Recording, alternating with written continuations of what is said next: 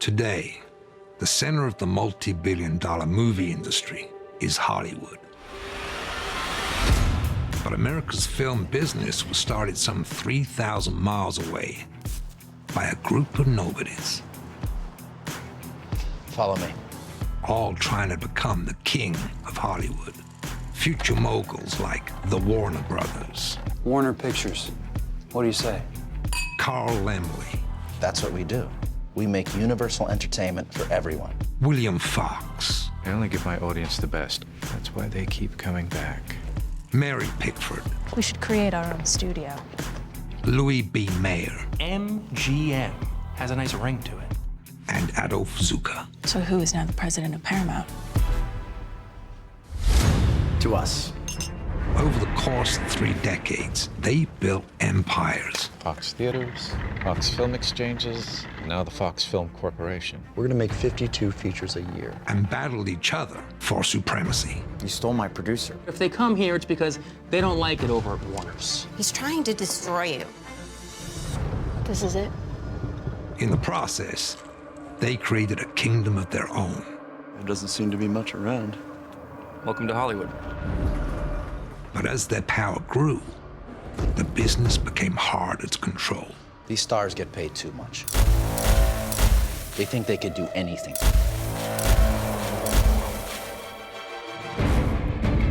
And the Titans stopped at nothing in their quest to dominate Hollywood. I'm gonna need another $2 million. What will it take to seal the deal? 10 million. Is it true you're selling MGM to Paramount? If we're not careful, they're gonna blow us out of the water.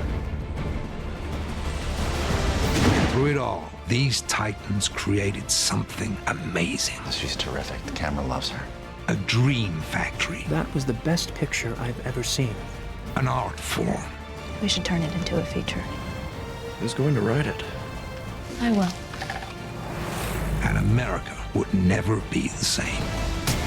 Get him out of here before I kill him. Drive, drive, drive!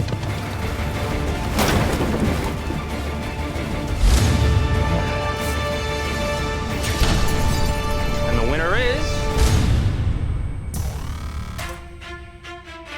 Yeah, we've waited for our time to come, calculated everything we've done, we've upgraded. Now you can't outrun a champion. Now you're facing what? We're gonna stand on top with our hands in the sky. Gonna raise our cup to the stadium lights for the glory.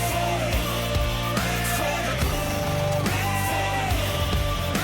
We celebrate with the city tonight. Hear the hometown cheer, it's the ultimate high. For the glory. We do it for the glory.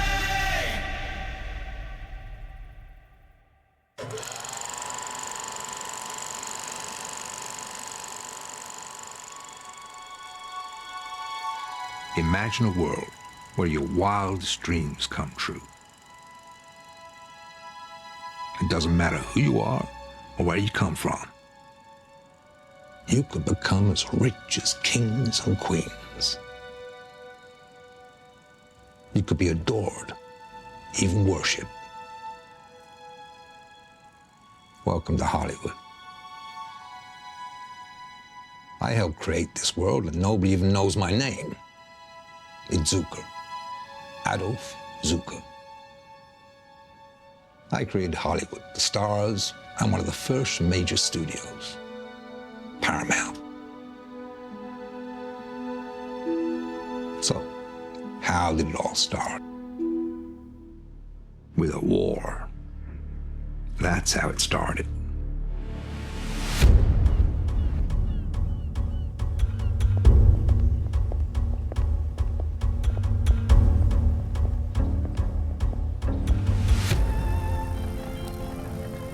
She is beautiful. She is everything to you. She is the meaning of your existence. You beg her for forgiveness. You're not sure of him. You push him away. But at the same time, you feel this magnetic force pulling you closer. You need love. You need him. You love him. Meet the trust. In 1909, only they are allowed to make movies. Anyone else is committing a crime. You are in violation of the Motion Picture Patents Company Act. Hold on a minute. Meet Carl Laemmle. Now, you've probably never heard of him, but you know the company who'll go on to create Universal. But back then, he was an outlaw. Engaging in an illegal production of a moving picture using unlicensed camera and unlicensed film stock. So, how did a guy like Laemmle get caught up in the middle of an all-out street war over the future of motion pictures? Well, it all started about 4 years earlier, before most people had even seen a movie. Last night as I lay sleeping, a wonderful dream. Back then, Laemmle was the manager of a clothing store in the Midwest, and he was good at it. A born salesman, full of new ideas. But before he could implement those ideas, he had to run them past his boss. Don't bite the hand that's feeding you. It's a mail order catalog. Looks like it costs a lot. Well, it opens up a new market for people out of town. Profits are up 50%. Is that so? Well, my salaries remain the same.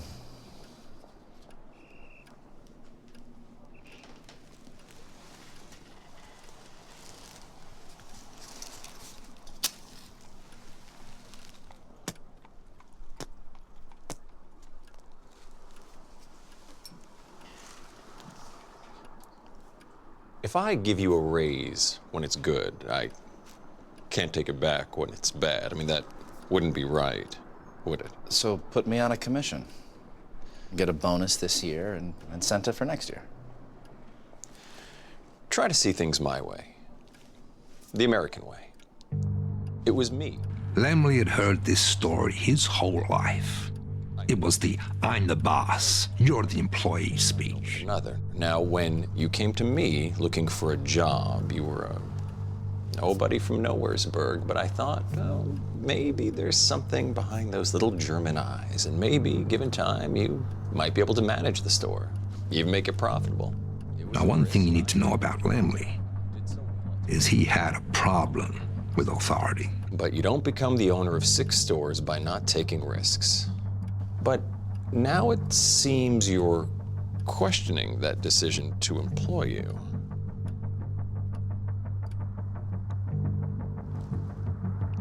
Nothing to say? That's because there is nothing to say. Laemmle was trying hard to stay calm, but he couldn't help himself. And that was it. Laemmle was out of a job. Now, here's the thing you need to remember. At the turn of the century, American cities east of Mississippi were overflowing with immigrants, struggling to find a job, to find a place in their adopted country. As an immigrant himself, Laemmle was no different. Now, Laemmle trudged the streets for work, and finding nothing, he couldn't help thinking that his life was a total failure. He'd been bouncing around from job to job since arriving in America at the age of 17. Now, he was just another immigrant for whom the American dream was nothing but a dream.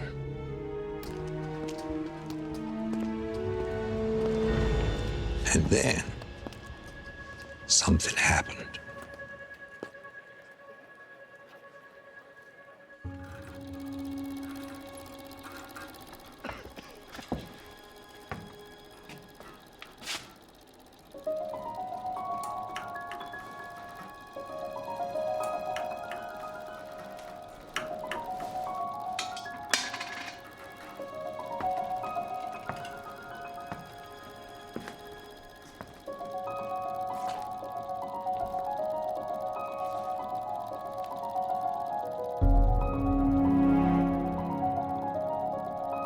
it lasted only minutes.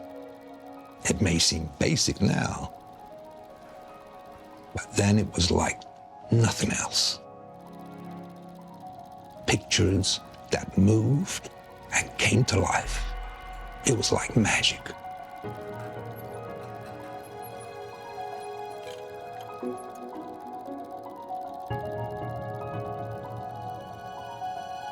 Laemmle thought it was like seeing his imagination on the screen.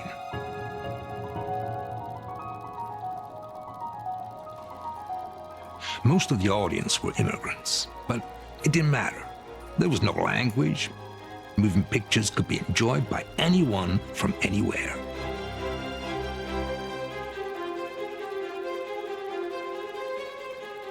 It was then that Laemmle knew what he wanted to do. All right, now let me clear some things up here with a little history lesson. By 1905, moving pictures had actually been around for about 15 years, but nobody really knew what to do with them. They'd show them at carnivals and little individual viewing screens at arcades, but no one thought of them as much more than a magic trick, cheap novelty for the lower classes. But two things started happening around the turn of the century. One, the pictures themselves were starting to get better, telling real stories. And two, some genius decided to put a screen up in an empty store and charge admission, creating the first movie theater. And it was in one of these storefront theaters that Laemmle realized his calling.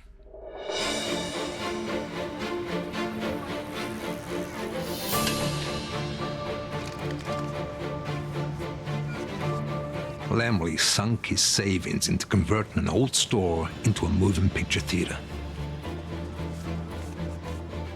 But he wanted his to be different. Most storefront theaters were seedy, hole-in-the-wall operations that catered to mostly men. But Laemmle made his theater clean, safe, and wholesome. Perfect for an untapped market. Families.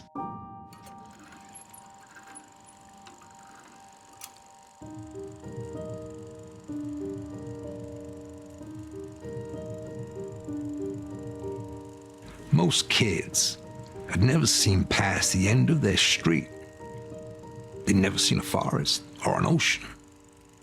For them, it was an entry into a forbidden and magical world. Just as he'd hoped, Laemmle's theater became popular with families, and once that happened, the cash poured in. On an average day, Laemmle was clearing nearly $200. Soon, he was having to turn people away. Laemmle had made moving pictures accessible to everyone. He'd opened up the market, pulled it out of the shadows. And it didn't take long for others to follow. Theaters began popping up everywhere. Nickelodeons, they called them, because they charged a nickel at the door. And they became so popular, theater owners couldn't build them fast enough. What was a craze became a mania, which led to a massive demand for films.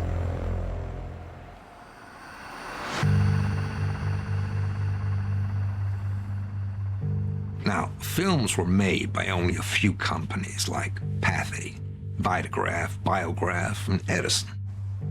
And they were too expensive for the average theater owner to buy. I'm still not sure what to get. I hear the Kelly Gang is the best picture around.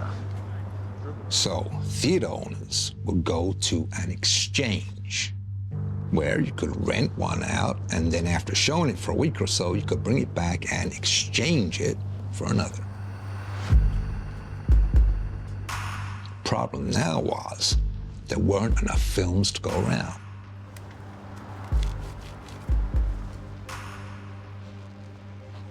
No Kelly Gang, no Troubadour. They didn't even have the automobile thieves.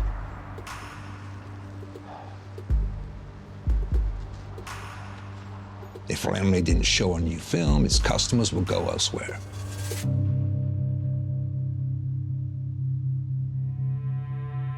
So he decided to buy one.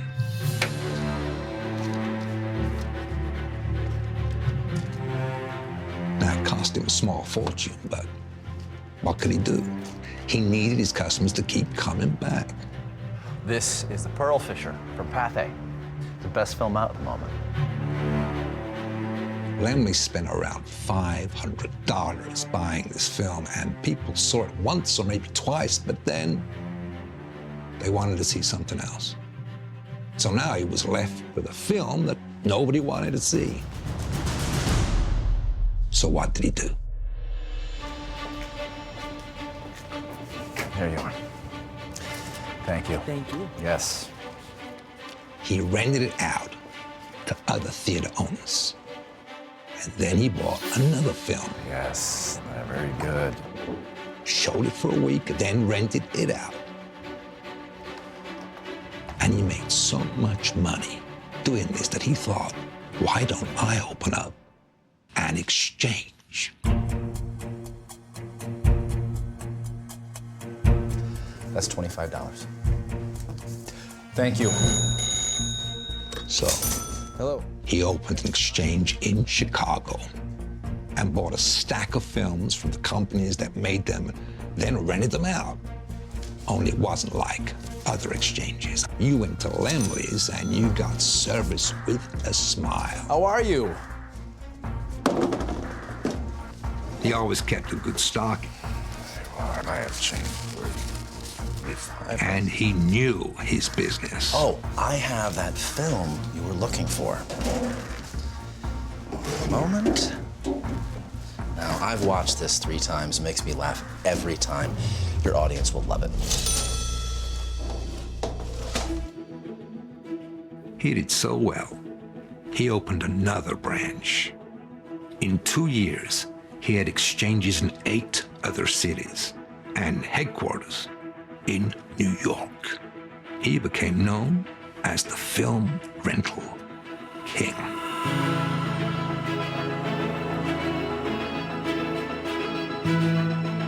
Laemmle was riding the crest of a wave. He was his own boss, and the cash kept coming in. He made it. He was finally living the American dream. But he was about to get a rude awakening. The Miller's Daughter. Good choice, sir. That'll be $25. Thank you. Now, this is the way I heard it. One day, a guy walks into Laemmle's exchange and asks for The Miller's Daughter, made by Edison Films. Then he pays the money for a day's rental and leaves. And he brings it back to his boss.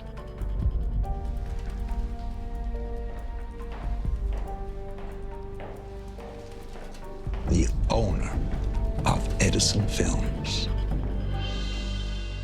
Leave it on the side. Thomas Alva Edison. Yeah, that's right. The guy who invented the light bulb.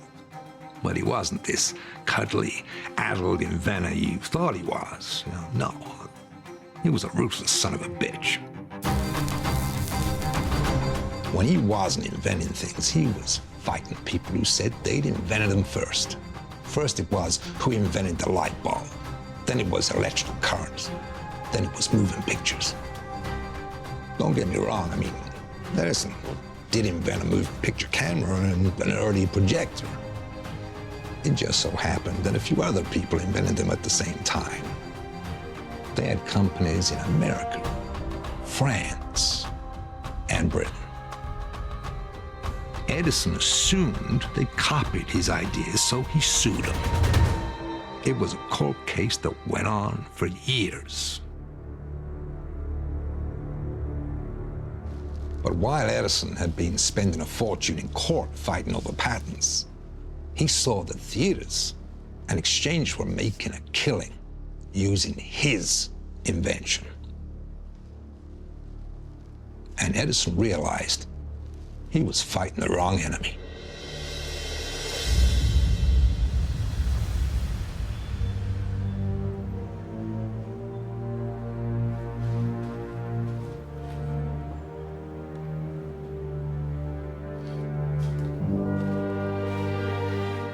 So, Edison arranged a meeting with the heads of the main film companies to talk peace and to discuss an idea of his. Thank you for coming. I know some of you have traveled far to be here today. We have Charles Bethet from France, Albert Smith from England, representing Vitagraph. Out of Chicago, George Spoor, representing S&A. Jeremiah Kennedy, representing Biograph from New York. We have fought long and hard with each other. Battles that have cost us dearly. And for what? The only winners have been the lawyers. I say we end this war and focus on the real enemy, the exchange owners. The ones who buy our films and then rent them to the thousands of theaters that are spread across America, showing them to millions of people. Millions of people who pay to see our films. Yet we see none of that money. We created this business. Yet, it's these pirates that are profiting from our invention. So it was agreed they would cease fighting amongst each other and reclaim control of their business by forming a cartel. The name of the cartel became known as the Motion Picture Patents Company, but many simply call it the Trust. It was also agreed that Kennedy, who ran the Biograph company, would be the best person to help Edison.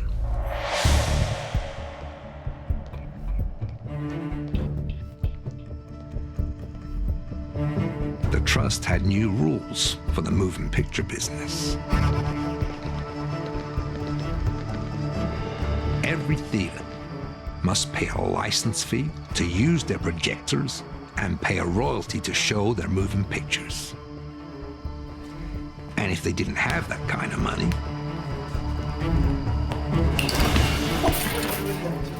they were forced out of the business. It was like a mob racket. Edison was saying, we created this, now we're gonna control it. In 1 year, the Trust closed down half of the theaters, and they declared war on the exchanges.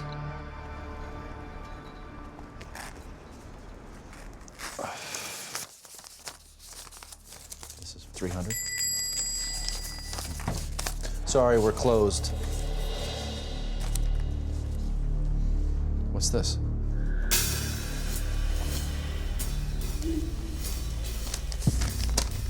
Motion Picture Patents Company. Notice the cease and desist. You're in violation. They wanted control. They wanted a monopoly. Laemmle was going to have to pay the Trust a license fee for operating his exchanges and another fee every time he sold a film. That, or he had to sell his exchanges to them. So, how can I help you? I don't see why I should have to pay a license fee. My company buys hundreds of films from you, more than any other exchange. I've expanded the film business. You finished? Yes. Okay. I want you to listen carefully because I'm only going to say this once. We make the cameras. We make the projectors. We make the moving pictures. We are the moving picture business. But you? You're just a little salesman. A middleman. That we don't need.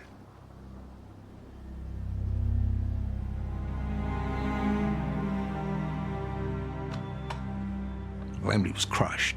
I mean, here's a guy who had broken free from the rat race. I mean, he'd become his own boss, and he was at the forefront of a burgeoning new industry. And now the trust was taking over everything.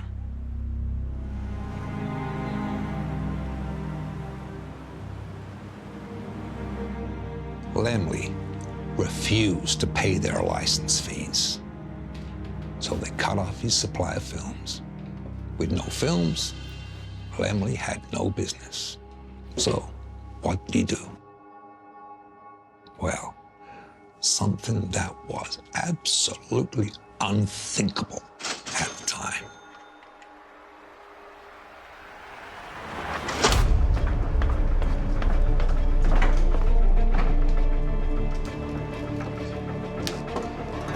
Is this everything?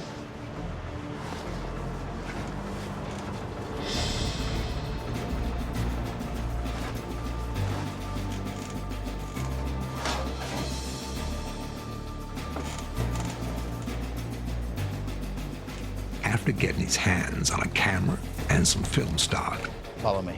Laemmle started making his own films without the trust's consent. We're losing light right now. We have 3 more scenes to get to today. No more than 10 minutes on this, okay? Roll camera. Action.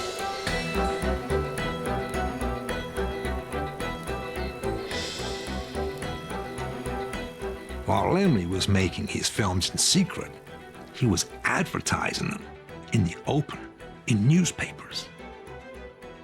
And he called his production company Independent Moving Pictures, IMP, or IMP, as he liked to call it.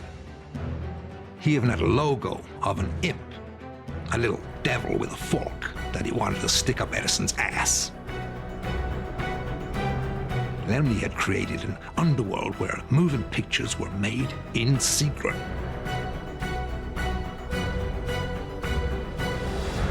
The trust had a name for Laemmle: the Outlaw.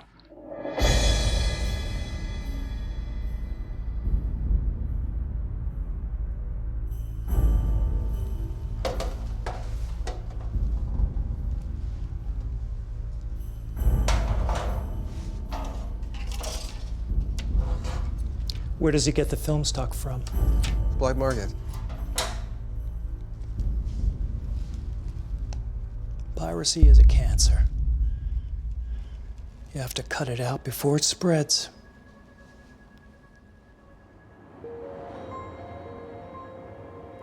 You push him away, but at the same time, you feel this magnetic force pulling you closer. He touches your cheek.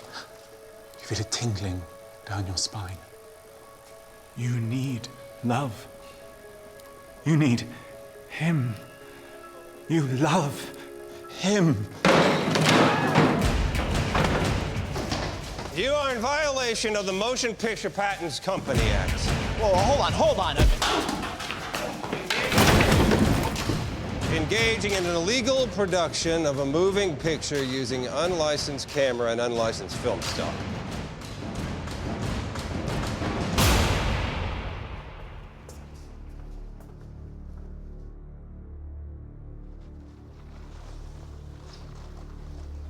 What do you think we should do?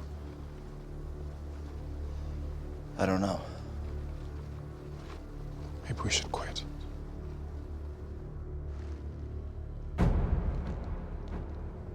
We're not quitting.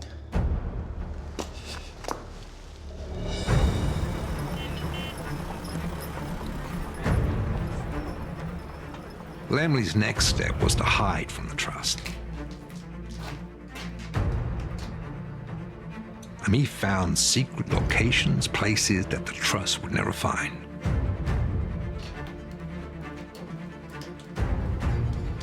And was always on the move. Okay, now we can begin. Even under threat of violence by Edison's goons, Laemmle continued making and distributing his films, and branded himself a revolutionary in the process. fighting back against the trust's abusive monopoly. It wasn't long before the outlaw became an underground hero.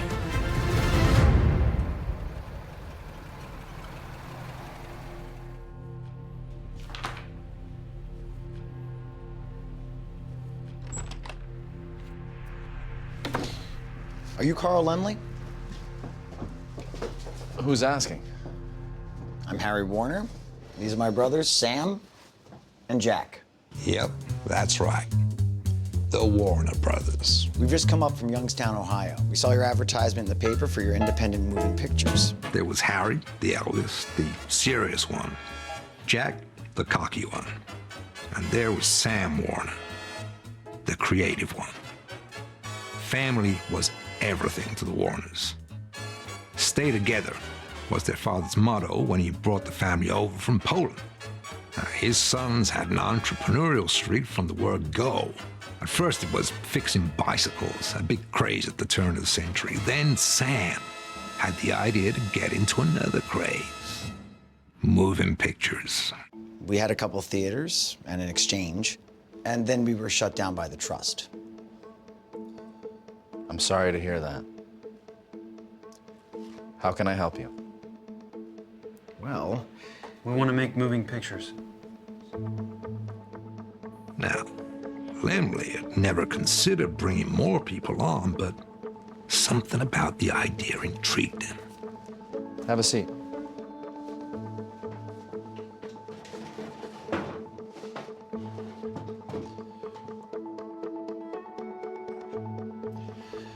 You can make pictures, and I'll help. You could use our location, or you could find somewhere else. Sound okay? Laemmle figured if folks like the Warners could make their own pictures, then he could sell them under the Imp name and grow his business exponentially.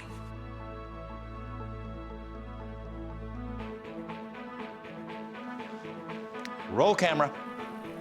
Action. It wasn't just the Warners. Bow.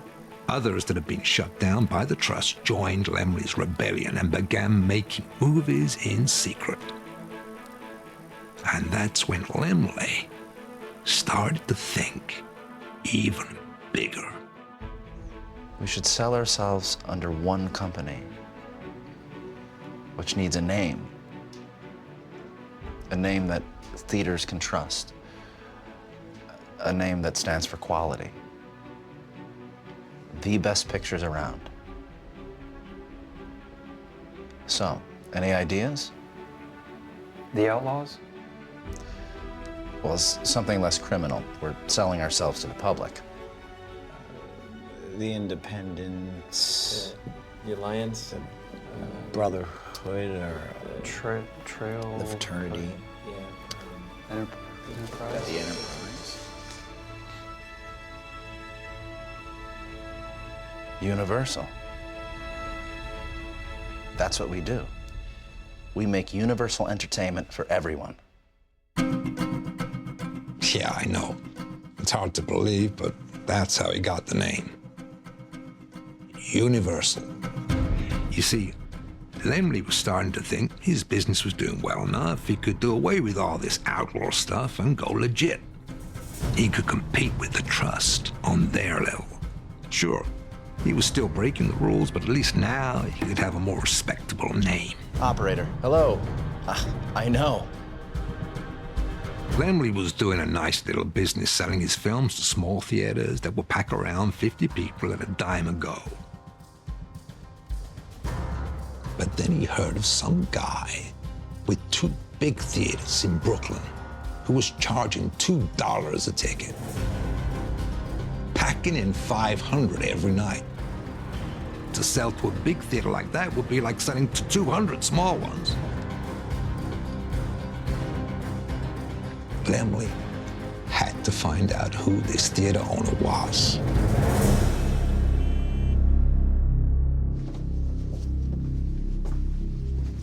So when did you build this theater? About a year ago. Meet William Fox. smartest out of us all, and the strangest. A penniless immigrant who became the family breadwinner at 11 and was the foreman of a clothing factory at the age of 13. By the time he was 21, he was his own boss running a fur business. Now, that kind of early success can make a man believe two things: that he's capable of anything, and that he's better than anyone else. Now, Fox's high opinion of himself only increased when he met his wife, Eve, a woman who claimed to have psychic powers. The two of them agreed that he was destined for greatness. And then, moving pictures came along. And the Foxes saw their future. He built a big theater in Brooklyn that stood out from everywhere else. It was the sort of theater where people with money went. I mean, if you went to a Fox theater, then you were doing okay. So how do you get away with charging $2? That's a high price. I have the best theater, the best seats. I show only the best films.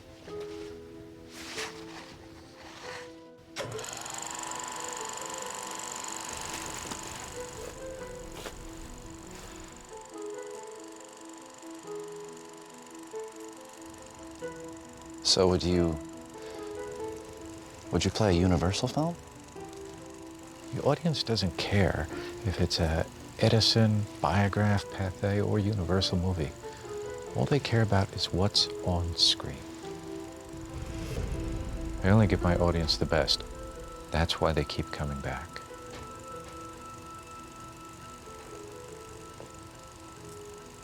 So if Universal made films as good as this one, you'd buy them? Correct. Up until now, Laemmle had been so preoccupied with simply getting his films made and avoiding the trust goons that he hadn't actually considered that his pictures could be better. No longer were audiences content to watch silly little scenes. Now they demanded better stories. And there was something else that was bringing them into the theaters. Who is she?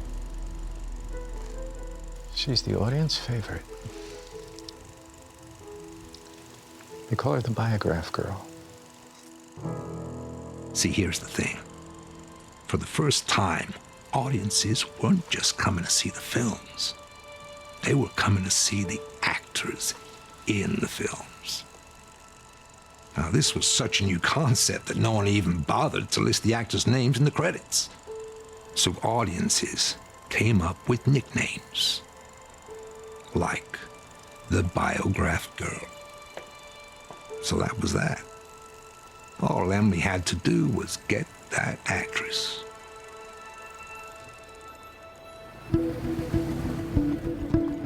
Laemmle did a little research and found out the name the Biograph Girl was Florence Lawrence. Then he tracked her down and invited her to lunch.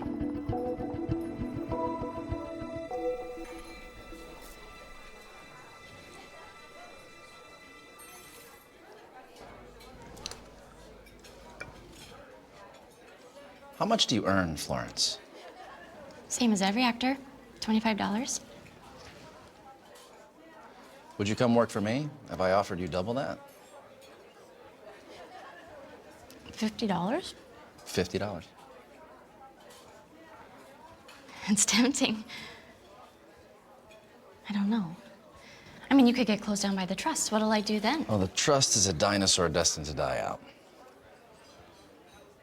I don't know much about business, Mr. Laemmle. Anyhow, I'd feel guilty. Biograph gave me a break. I'll say one thing about Laemmle. He was an ideas man. Get stuck, think of another idea. You know, audiences love your pictures. Thanks. They do. But Biograph gets all the credit. And you are just The Biograph Girl. I know. I get tons of fan letters a week addressed to the Biograph Girl. You come work for us, and I'll put your name on the screen in big letters, before the title of the picture. So people will know my name? People will know your name. I mean, it's crazy, isn't it? I mean, all he was trying to do was poach the top actor from a trust company. But by offering Florence Lawrence a screen credit, Laemmle was about to change the motion picture business forever. Does this work? Is a placement of the sale work? It's fine, it's fine. Roll camera. Action. Laemmle was now walking a tightrope that was covered in flames. First, he was defying the trust. And now he had just poached their top actress. Oh, she's terrific. The camera loves her. Now, Laemmle needed to publicize that Florence Lawrence would be in the next Universal film. The only problem was the public didn't know the name Florence Lawrence. They only knew her as the Biograph Girl. And it would be a little confusing if Laemmle went around saying the Biograph Girl is in a Universal picture. And that's when Laemmle had another one of his ideas. And it would be the craziest one yet. That's what I said. I heard she's been kidnapped. Can you believe it? I know. Laemmle called every major newspaper and said that the Biograph Girl had been missing for days, feared kidnapped. And her name is Florence Lawrence. You should see these. Thanks. It worked. The papers bought it and named the Biograph Girl as Florence Lawrence. Now everyone would know that name.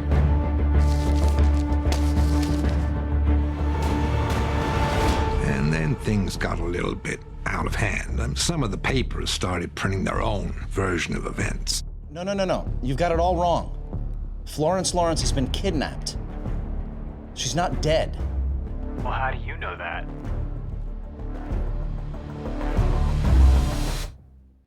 So now Laemmle had to prove that Florence Lawrence was alive. So he placed an ad in the papers saying that Florence Lawrence was alive and well and working on Laemmle's next picture, The Broken Oath, and that she would be appearing in person at a special screening at the Grand Opera House in St. Louis.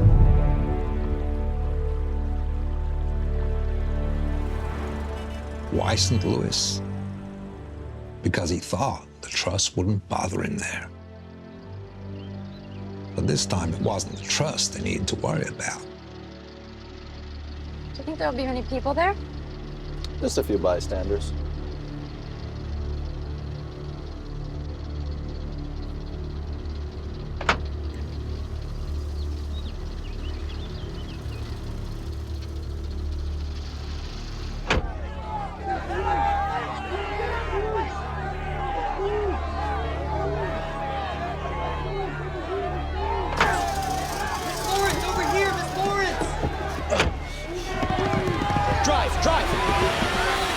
There wasn't just a few people there. There was a massive crowd waiting to see her. Laemmle hadn't just drummed up publicity. He'd created an unruly mob. People were clamoring for just a glimpse of an actress. Nobody had ever seen anything like that before.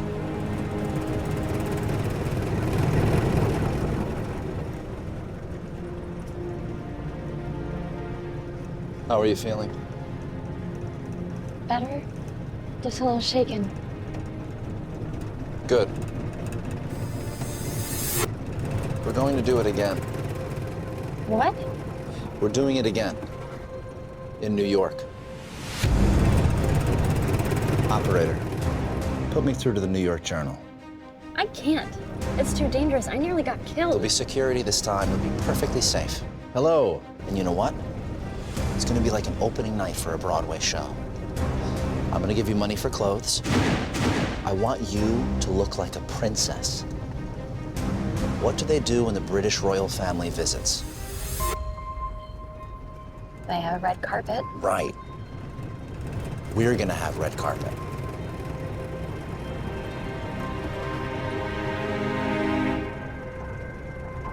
Once again, Laemmle couldn't help himself.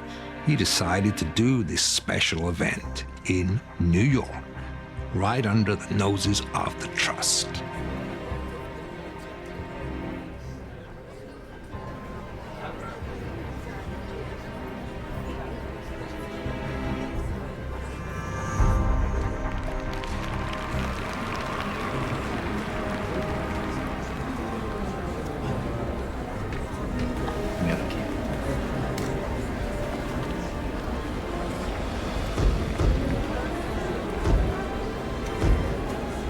And that's how the first movie premiere happened.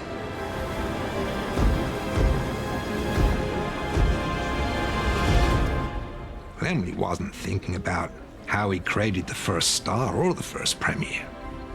It was just a way of doing better than the Trust. And it worked. The Broken Oath became a bona fide hit. Some say it was seen by more people in the first week than any other film prior. And Florence Lawrence became a household name. Soon, she and Laemmle were putting out film after film.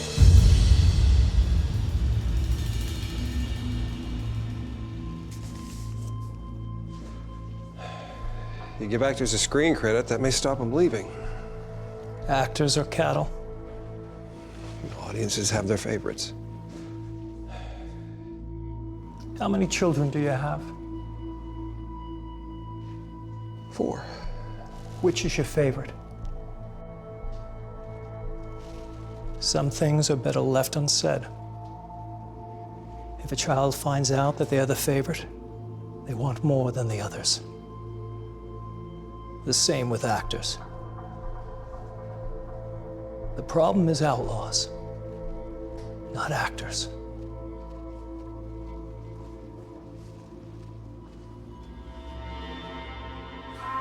Now, more than ever, Thomas Edison's Trust was determined to stop Carl Laemmle from making motion pictures.